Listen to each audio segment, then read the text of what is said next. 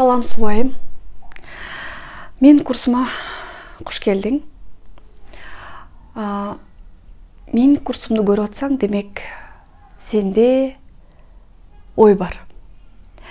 Демек сенде бир көйгөй бар. Балким көйгөй жок, бирок сен изденүүдөсүң.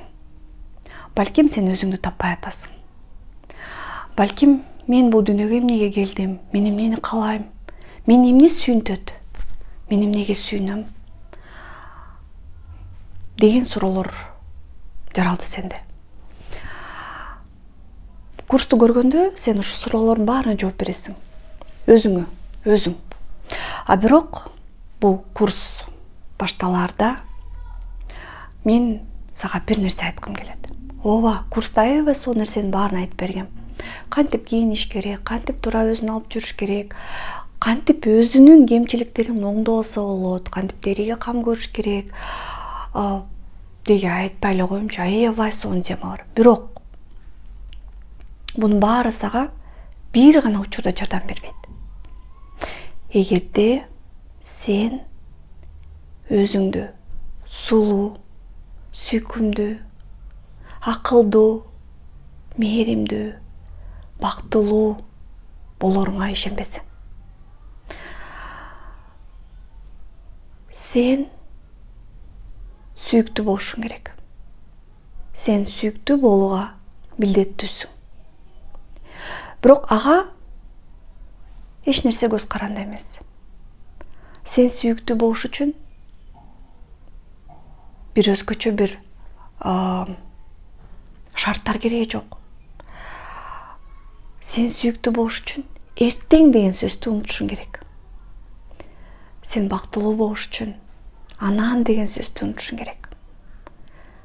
Азыр күз күнү карап, өзүңдүн сулуулугуңду көрүшүң керек.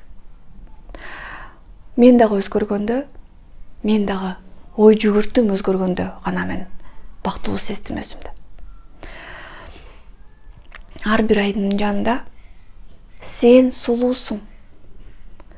Сен бул дүйнөдөгү эң сонун нерсенин баарына татыктуусуң деген адам болуш керек. Кээде бул апабыз, кээде бул жигитибиз, жолдошубуз, туугандарыбыз, балким балдарыбыз. Балким андай адам жок. Бирок силер ошол адам барбы же жокпу ойлонбошуңар керек. Силер ар бирөөңөр, мени көрүп аткан ар бир айым сулуу, келбеттүү, акылдуу, деги бир аялдык сапаттардын баарын камтыган айымсыңар. Мага ишенип койгула. Анткени бул нерсенин баары ар бирөөбүздө бар. Эмне үчүн силер сулуусуңар? Азыр күз күнү карап туруп, ошо өзүңөрдү жаккан бир чыртаңарды тапкыла. Мисалы менде бул менин көзүм. Мурда мен дайыма оозду керегимди карай берчүмүн да, могу жерим түшүп атат, могу жерим мынтип атат депчи. Азыр мен карасам, көзүм ушунчалык сулуу экен, топчудай болгон, томолок. Кээ бирөө линза кийип аласыңбы деп айтышат да. Мен эми күз күнү караганда кемчиликтеримди карабай, мурдумдун чоңдугун карабай, бужагым түшкөндүгүн карабай, мен эми көзүмдү карайм. Мен көзүм ушунча жашнакай экен деп суктанып турам. Мени көрүп аткан ар бир айымдын ушундай сулуулугун ачып турган бир чыртасы бар. Кээ бирөөнүн мурду кырдач, кээ бирөөнүн оозу жашнакай, кээ бирөөнүн чачы калың, кээ бирөөнүн колдору назик, кээ бирөөнүн мойну узун, кээ бирөөнүн териси сонун, кээ бирөөнүн күлгөндө жүзүнөн нур чачырап турат. Кээ бирөөнүн тиши жашнакай. Дайыма күзгүгө караганда кемчиликтерди көрбөй, жалаң гана өзүбүздүн сулуу жагыбызды көрүшүбүз керек. Айым, сен сулуусуң. Сен сулуусуң. Анткени сулуу эмес аялдар болбойт, бул мүмкүн эмес, сулуу эмес болуш. Болгону гана сулуулугун билбеген айымдар бар. Аны биз эч ар эле билебиз. Бирок бизге күнүгө бир айтып турса, сен сулуусуң, сен сулуусуң, именно сен сулуусуң деп. Коңгурдан келсе ошо записти күндө окула. Анткени мен чындыкты айтып атам. Мен калп айтканды билбейм. Кемчилигиңерди байкабагыла деген жокмун. Колдон келсе оңдоткула. Териңерге кам көргүлө. Колдон келсе косметологко баргыла. Колдон келсе зарядка жасагыла, фигураңарды оңдогула. Бирок ал кемчилигиңерге такалып, ошону эле ойлой берген туура эмес. Ал кемчилик деген бул жеңил эле нерсе. Ал кемчилик деген бул силер эмес. Ал болгон убактылуу өзгөрүү. Аны кайра эле оңдоп койсоңор болот. Же мен сулуу эмес төрөлдүм. Бирок болбой эле мен мисалы бутум кыйшык болсо болбой эле жок деп эле мен кыска юбка кийдим. Мен өзүмдүкүн байкабайм деп. Мен ал жөнүндө айткан жокмун. Бутуңар кыйшык болсо узунураак кийгиле, жаап жүргүлө. Бирок ал силердин сулуулуңарды азайтпайт. Жок. Ар бир адамда, ар бир айымда изюминка бар. Мен канча деген айымды көрдүм, канча деген пациентти көрдүм. Азыр деле блогермин, мен 700 000 аудиториям бар. Facebook'ta өзүнчө, тиякта өзүнчө, баарын чогултсам 2 миллиондон ашык адам күнүгө мени окуйт, канча адам менен баарлашам.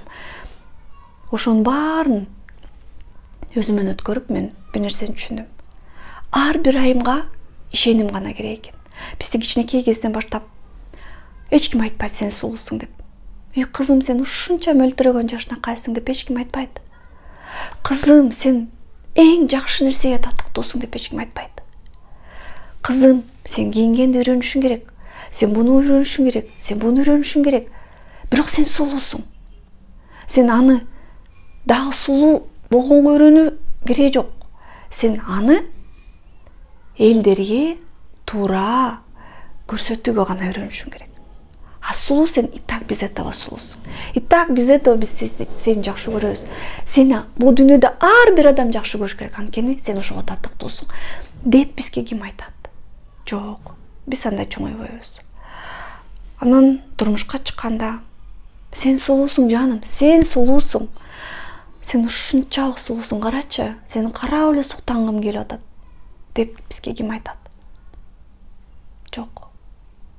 Антип айткандар аз. Ошон үчүн биз өзүбүзгө ишенбей калабыз. Коомдо ай жашынакай экенсиз. Ай бүгүн аябай сонун кийинип алыптырсыз. Ай караңызчы. Аябай жашынакай болуп калыптырсыз деп бизге ким айтат? Андайлар да аз. Ошон үчүн кыздар, аны күтпөй эле коелу. Өзүбүзгө өзүбүз психолог бололу.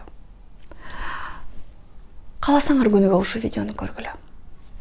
Кааласаңар жакшы силерди сүйгөн адам тапкыла. Силерге күнүгө сен сулуусуң, сен сонунсуң деп айтып турган адамдар болсун жаныңарда. Бирок эч качан ал адамга ушул сөз үчүн байланбагыла. Анткени бул сөздү өзүңөр деле билесиңер. Бизде болуп аткан көйгөйдүн баары, проблеманын баары өзүбүзгө ишенбестиктен. Мен чынын айтайын, мага күнүгө аябай көп кат келет. Мынтип атам, тигинтип атам, кантип жашасам, эмне кылсам. Эгерде өзүнө ишенген адам болсо, көп көйгөйдү көйгөй деп да коймок эмес. А биз өзүбүзгө ишенбейбиз. Мен деле ошондой болчумун. Мен азыркыга чейин өзүм сулуу экениме, мен Айнура Сагынбаева сулуу экениме, акылдуу экениме, колуман бир нерсе келет экениме ишенген эмесмин. Анткени мен кичинекей кезден баштап эмнени уктум? Сен көппө, көп кеп бартасың, акылдуу боло бербечи, тетиякка отур, сен аялсың деп бизди чоңойтушат. Коомубуз ошентет. Анан биз чөгөбүз. А чөккөн аял эч кимге кереги жок. Ошону жаттап алгыла. Өзүнө ишенбеген аял эч кимге кереги жок. Бул бир өзгөчө бир состояние да, кыздар. Мына курсту өтүпчү.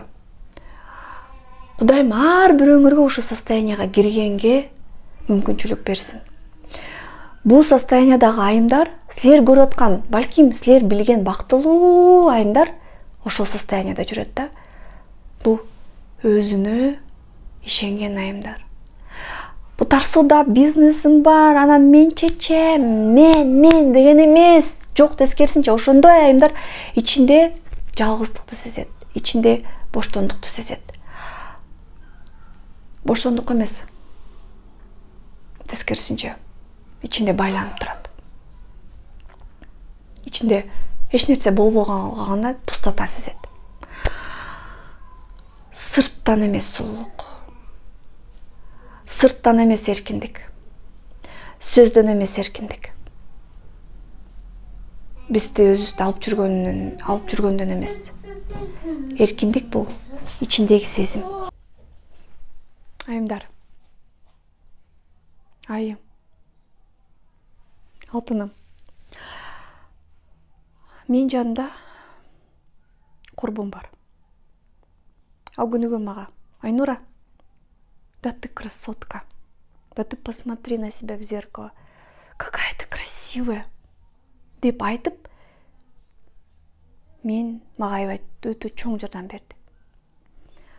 Айнура, да ты умная, да тебя все знают, тебя весь Кыргызстан знает деп атып. Ишенесиңер, мен өзүмө ишенч эмесмин.